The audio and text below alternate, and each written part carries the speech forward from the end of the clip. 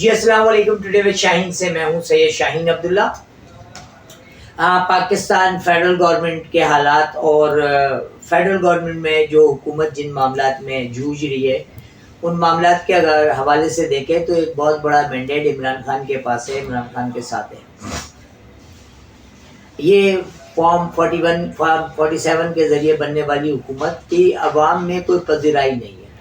ابھی جو محسن نقوی صاحب نے بیان دیا اس بیان نے تو اور بھی کمر توڑ دی مسلم لیگ نون کی اور پاکستان پیپلز پارٹی کی. محسن نقوی بنیادی طور پہ ایک جرنلسٹ ہیں، ایک بزنس مین ہیں، ایک ٹی وی چینل کو رن کر لیں، اور انہوں نے جو باتیں کی ہیں وہ باتیں اس فرسٹریٹڈ ذہن کی وجہ کر ہے کہ جس سے وہ روز کی بنیاد پہ جن حالات کو دیکھ رہے ہیں اور جن حالات سے وہ گزر رہے ہیں. دیکھیں ہوتا یہ ہے عمومی طور پہ پاکستان کی جو اسٹریٹجی ہے سیاست کی وہ ہے وڈیرا شاہی نظام، یعنی خاندانوں کی حکمرانی ختم ہو کے عوام کے پاس حکومت جا نہیں رہی ہے. صرف ایک اشرہ تھا پرویز مشرف صاحب کا جس میں اختیارات گراس روٹ لیول تک پہنچے تھے، منتقل ہوئے تھے. یعنی وہ میٹروپولیٹن سسٹم پورے ملک میں تھا جس میں ایک ناظم جو ہے وہ اپنے علاقے کا جواب دہ ہوتا ہے اور ڈی پی او اس کے انڈر میں. یہ جو پولیٹیکل گورنمنٹ ہوتی ہے یہ پولیٹیکل سیٹس کے ذریعے حکومت کو مضبوط کرتی ہے، یہ پکا کرتی ہے. عوام میں رد عمل نہیں آ سکتا ہے، عوامی رد عمل نہیں آ سکتا ہے کیونکہ وہ اپنے نمائندگان کے ذریعے اپنے بچھائے ہوئے نیکسس یا نیٹ ورک کے ذریعے عوام کو قابو کرتی ہے.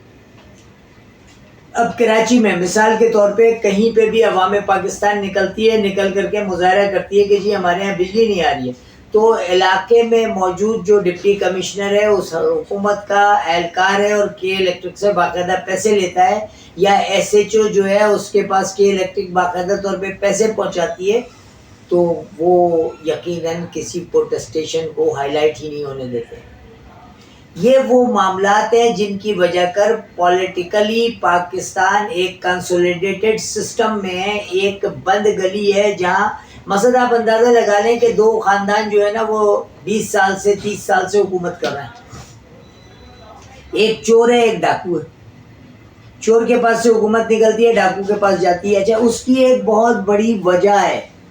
بحیثیت راسخ العقیدہ مسلمان میں دعوے سے کہتا ہوں، میرا یہ دعویٰ ہے کہ جو میرے رب نے فرما دیا وہ آخری ہے. لا کلام البشر، کسی انسان کا کہنا نہیں ہے، میرے رب کا کہنا ہے کہ جیسے تمہارے اعمال ہوں گے ویسے تم پہ حکمران مسلط کروں گا.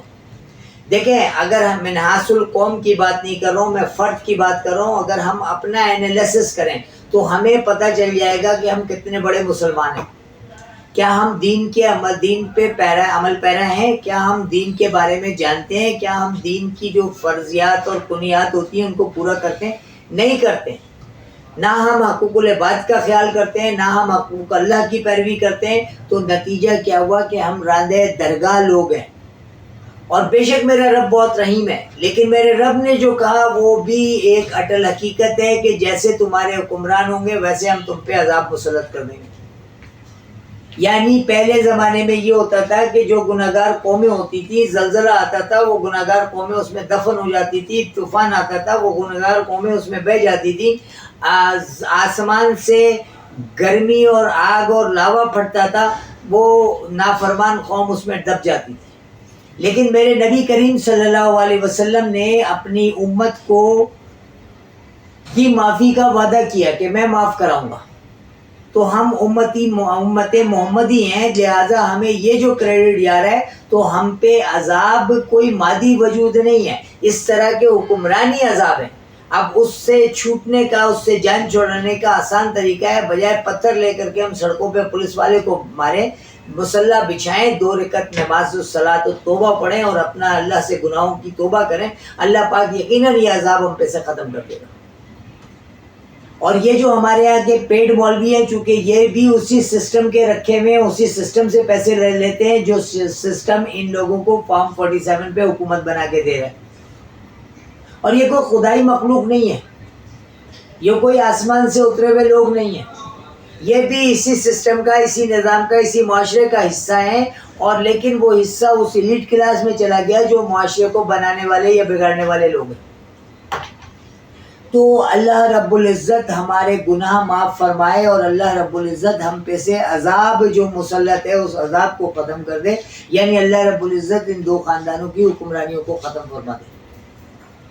اور یہ میری دعا اگر ہر مسلمان نے پڑھی، مثال کے طور پہ آج نماز جمعہ کے بعد سارے مسلمان بیک جنبش قلم بیک زبان بولے اللہ ہمیں معاف فرما دے، اللہ ہمیں معاف فرما دے، لا الہ الا انت سبحانک انی کنت من الظالمین، یا اللہ یا رب العزت ہمیں معاف فرما دے۔ اور جب فرد کے گناہ معاف ہوں گے تو افراد کے گناہ معاف ہوں گے، افراد کے گناہ معاف ہوں گے تو معاشرے کے گناہ معاف ہوں گے، اور جب معاشرے کے گناہ معاف ہوں گے تو یقیناً ان ظالم جابر فاسق فارم 47 کی حکمرانوں سے ہماری جان چھوٹ جائے گی۔